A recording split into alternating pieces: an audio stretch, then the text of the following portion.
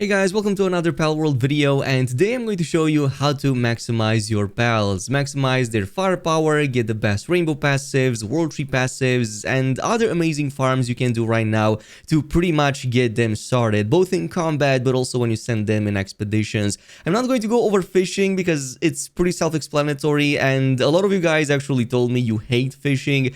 So instead, we're going to focus on more direct means of acquiring them, starting with the first one, which is going to give you an excellent amount of world tree passives per hour. And in my opinion, the best route is going to be this set of 6 spawn mobs right here in the starting part of the world tree map. As you can see, there are 3 in a line very close by, then there's another one branching out further up north, and then 2 more very close to the Alaska Ignis spawn that we can all actually chain from one another and then drop down here to the fast travel point to restart the whole route. And just to show you how strong this path can be, we're going to start from the beginning of the world tree map and descend down this main road. This is the path that we're basically going to follow. And you should start seeing your first awakened pal here by the time you reach the intersection. So yeah, for example, this time around it was a Pirate Noct, which gave us God of Destruction, a really solid one for many of the damage pals. Now, from this point on, we're going to continue further down the road into the nearby camp. There's another spawn point over here, so look around. For example, you can see there's footage from a previous run I had where a Ranjishi spawned, and when I captured it, it gave me Dimensional Leap, literally one of the best for any mounts you're going to build. There's also a third mob in the area that can spawn fully awakened. It's going to be further down from here. Now this time around it didn't spawn, so if you look around and don't see it, just move on to the next one, which is going to be north to northeast. Eventually you should spot a cave entrance, so use it to jump down, and here in the water there's another spawn point. This is actually a pretty common one. So now we got a Yormantide, but you can get like Grizzbolts and whatnot. So we got Sanctified Meat Shield, which is not really that great, but it doesn't really matter.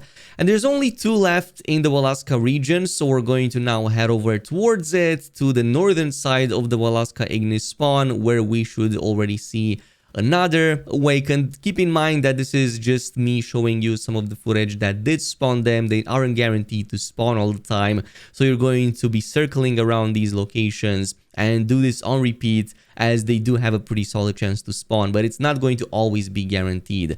I'm also going to look down for the southern one. We got a Quiver this time around, so taking this down as well also gave us the Twin Edge Holy Blade, which is another very strong option.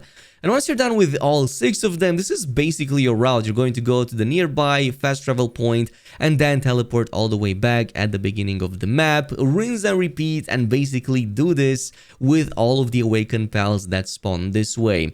Now, that is not the only method, and you can kind of combine this with the next one, which is going to mainly focus on ancient relics. We can literally get hundreds of these in minutes, hundreds of holy water as well, but it's also going to spawn at least 4 awakened pals in the route too. So you can basically combine kind of like 2 routes into one, and then even have enough for dog coin farming, which is nearby. But in my opinion, I still think that the best route is still going to be here in the orange region of the world tree map, and specifically because we have a lot of tight groups here with a lot of very good spawns. Like, for example, we have a lot of Selines and Wistalias spawning with one another, but also Solan nearby. And we even have Civilix Primo and Tortoise Primo, all of which are either neutral pals or neutral and darkness, meaning that we can boost their drop rates anywhere between 160 to 320% with a proper team setup. And this can also tie in with a dog coin farming method that happens to be nearby. So the best team for that is going to be made out of Ketris and Blaze Howl Noct. Both of them, when maxed out, will provide an 80% drop rate to neutral pals, of which most of the pals in the area will be. And then we're going to combine them with 2 more, which are going to be Elfidren and the Enchanted Sword from the Terraria realm, which will do the same but for darkness spells. But since Selene and Solan are darkness and neutral, they will have a 320% drop rate compared to the 160 compared to the normal neutral pals. So the farming spot starts after the Celestia Noct. You can also take it down if you want to, but going down these stairs you can see there are many packs of enemies. We have a lot of Selines with Wistalias and also Civilix and those Tortoise Primos, all of which actually drop some really good yeah, items for us. We can see over here that we're getting dozens of relics and also quite a lot of holy water as well. And you can pretty much encircle this whole area. On the way, we also have 4 possible awakened pal spots. You can see here, I've marked them on the map already, so you can kind of combine both of them at the same time. Some of those are actually boss spawns, by the way, and I recommend paying attention to them because sometimes you may get something like a Medusa and she spawns like 10 or 15 extra ads, all of which have their drop rates boosted, so it's totally worth it. About 10 minutes of this farm provides about 300 to 400 holy water, and as you can see, it gives us like hundreds of these relics. Well, mostly it's going to be the white relics, which only have a 0.05% chance of providing an implant, but still you're going to get so much volume, it's still going to help. Some of the others are going to obviously have much better drop rates for implants, with the legendary ones giving us up to almost 1% chance every time you open them up. And it goes without saying that with the same team setup, since you have the drop rates for normal pals, you can also go up north here by the Moldrum Christ and basically also farm the same route, but for dog coins. There are quite a lot of Mimogs on the area, so you can easily farm that route and yeah, kind of combine the 3 into 1 if you want to. So if you're looking for a spot, you can start also in the Frost region from the Boreal Summit. There is a road that eventually leads to that Frozen Lake area, so on the way you can already find like 1 or 2 extra Mimogs and then take your luck with the Frozen Lake area. That's also filled with a lot of enemies, so they may, well, interfere with the spawn chances. Pretty much every single one of them gives around 500 coins, which is really great at this stage. You can definitely purchase at least a few fruits or maybe even some of those star fruits if you want to boost the star levels. So totally worth it. Even a couple of hours should provide enough, even with the default difficulty and normal setting spawn rates. Which also brings us to some of the next methods of farming, and that's going to involve, well, basically sending your pals into expeditions. I'm going to show you in just a little bit how to massively boost your firepower and what counts the most for that. But in my opinion, early on, if you finish the main story at the very least, you can go ahead and just do the World Tree Subterranean City Ruins, the one that's on high difficulty. This only needs, well, below 1 million recommended firepower, and it only takes 1 in-game hour to finish. But as you can see, it still has very good chances for ancient relics, radiant gems, but of course it's going to be combined with giant pal souls, and you also get the Mamorest meat since you're going to need that as well. So you can definitely run this until the later stages. It's not too shabby. However, in the later stages, if you can, you will definitely want to move to the World Trees Forbidden area on the highest difficulty. This needs over 2 million firepower and takes 2 hours to complete, but it does do a better job at giving you some of the higher tier ancient relics, like of course the glistening ones of legendary quality. It's not going to be guaranteed, but on average I've seen them dropping more often, like the purples, the blues, and even the yellows. If you combine this with the previous method, you're going to get so many of these ancient relics, and as you can see, they all give some very strong bonuses. Like, we get a lot of these implants, of course. The disposable ones are going to make the breeding process for us a lot easier, but we also get others. We get the fruits to boost their IVs. We're getting some of these peaches to boost the trust. That's also going to be a pretty big increase in their stats and firepower, and we also get the radiant gems on top of like pretty much almost any schematic of high tier in the game. But now your question may be, well, how do we massively boost our firepower to get some good teams going for expeditions? And you can literally do this with any pal. The easier it is to capture in large numbers, the easier it is going to be to massively boost it, because there are 3 main things that will boost its firepower the most for expeditions. It's going to be condensation, level, and enhancement level. So let me show you some examples here with some jet dragons I have. A level 1 jet dragon has about 285 firepower, give or take, and if we take an alpha version, it's not going to have significantly more, about 1 to 5 extra points at this stage, which is nothing to write home about. However, once we get it to level 80, still not that bad, pretty much a 10x, 12x, give or take over here, almost 3000 plus power. However, the biggest difference is going to be the condensation level.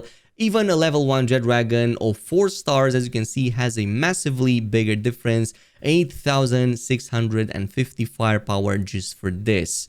And of course, if we combine that with a level 45 or 80, as you can see, the multiplier becomes even more insane. We're basically reaching 100,000 just with level 80 and with the condensation level 4. However, if we also enhance that PAL using PAL Souls at the Statue of Power, as you can see, we're almost doubling that firepower once again. So in this case, 170,000 plus just from that. Everything else from this point on is going to still provide some pretty hefty bonuses, but nothing quite as significant. So as you can see here, I have a maxed out Jet Dragon with, max condensation, max IVs, and even like max trust. And I also ascended it, so it's yellow, and it only added another like 15,000 firepower on top. So that's why your initial focus, if you want a very strong firepower team, is first to condense it to 4 stars, meaning you have to create as many copies of it as possible, and we have a lot of them because of the new vegetable cakes, and also Greentail basically quadrupling our output of eggs at the breeding farm.